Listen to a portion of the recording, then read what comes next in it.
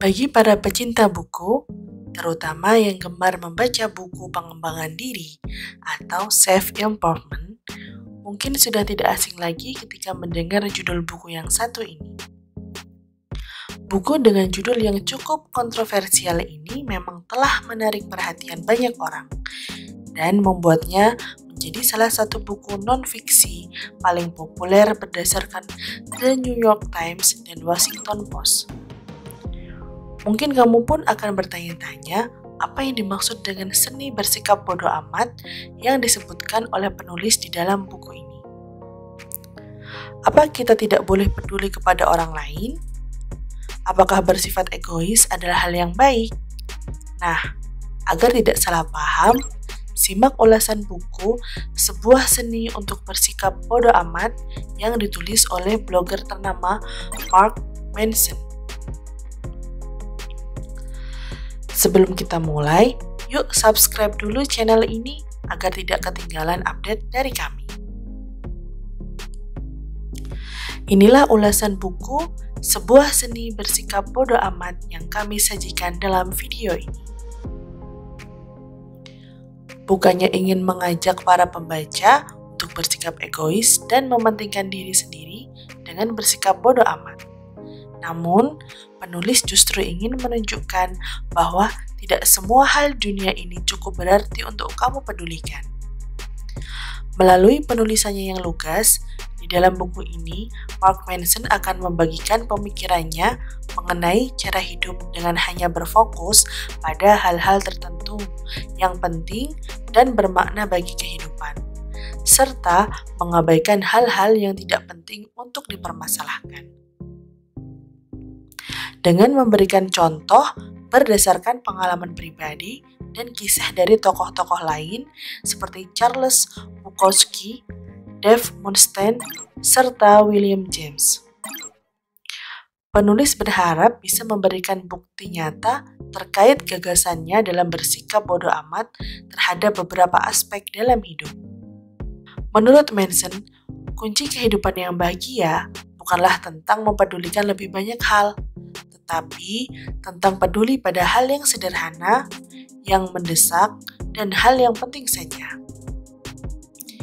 Beberapa hal tidak penting yang seharusnya tidak perlu kamu pedulikan dijabarkan di dalam buku ini, yaitu diantaranya pendapat buruk orang lain terhadap diri kamu, terutama jika menuntut kamu untuk berubah agar dapat diterima secara sosial. Hal-hal yang menghalangi perjuangan dan menghambat kamu dalam berproses.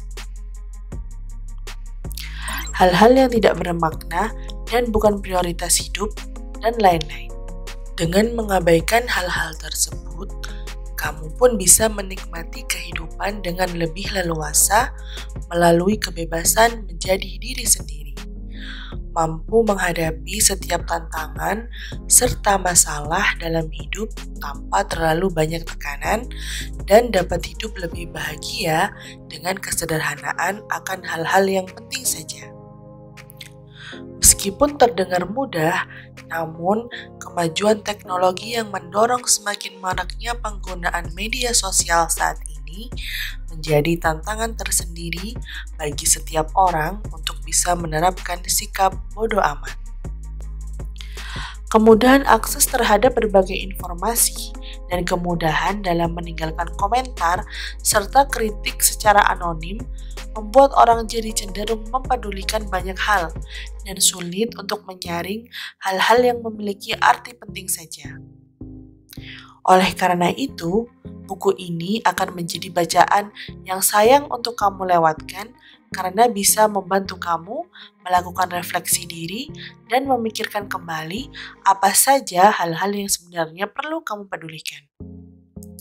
Dengan begitu, kamu tidak perlu lagi membebani pikiran kamu dengan terlalu banyak hal yang akan menguras tenaga, baik secara fisik maupun mental, dan membuat kamu jadi tidak bahagia. Ada 3 seni untuk bersikap bodoh amat.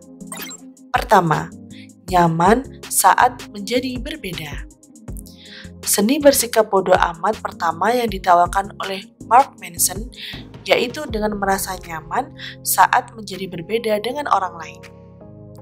Hal ini bukan berarti kamu adalah orang yang tidak peduli terhadap orang-orang di sekitar, melainkan kamu bisa menjadi diri kamu sendiri dan tidak berusaha mengikuti orang lain secara terpaksa agar dapat diterima dalam pergaulan.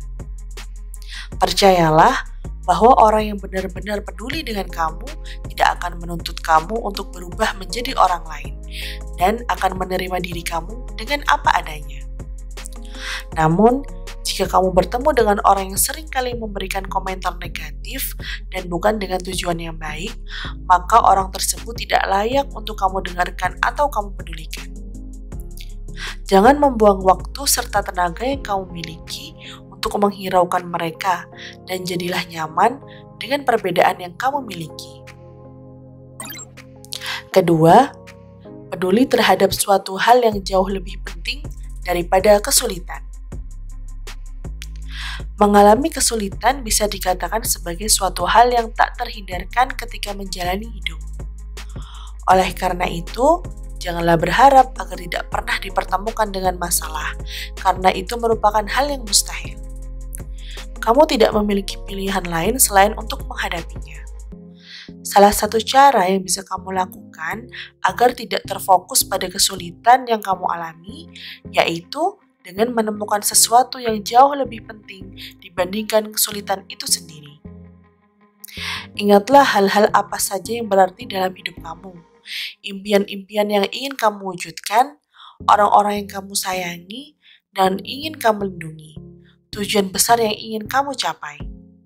Dengan mempedulikan suatu hal yang jauh lebih penting daripada kesulitan, kamu jadi bisa memfokuskan seluruh energi serta tenaga kamu pada hal-hal yang lebih produktif, dan bukannya pada kesulitan yang sudah pasti tidak bisa kamu hindari.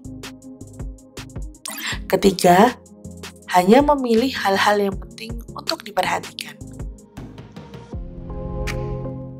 Ada terlalu banyak hal dalam hidup ini yang hanya akan membebani kamu jika kamu terlalu peduli pada segala hal. Memilih mana hal-hal yang penting untuk diperhatikan merupakan hak pribadi kamu dalam menjalani hidup sebagai diri kamu sendiri. Menurut Mark Manson, seiring dengan bertambahnya kedewasaan seseorang, mereka akan jadi lebih selektif terhadap perhatian yang rela mereka berikan pada suatu hal. Entah itu keluarga, sahabat, pekerjaan, kesehatan, target hidup, atau nilai-nilai yang dianut, sudah menjadi tugas kamu untuk menentukan sendiri hal-hal apa saja yang penting dan berarti untuk diperhatikan dalam hidup kamu.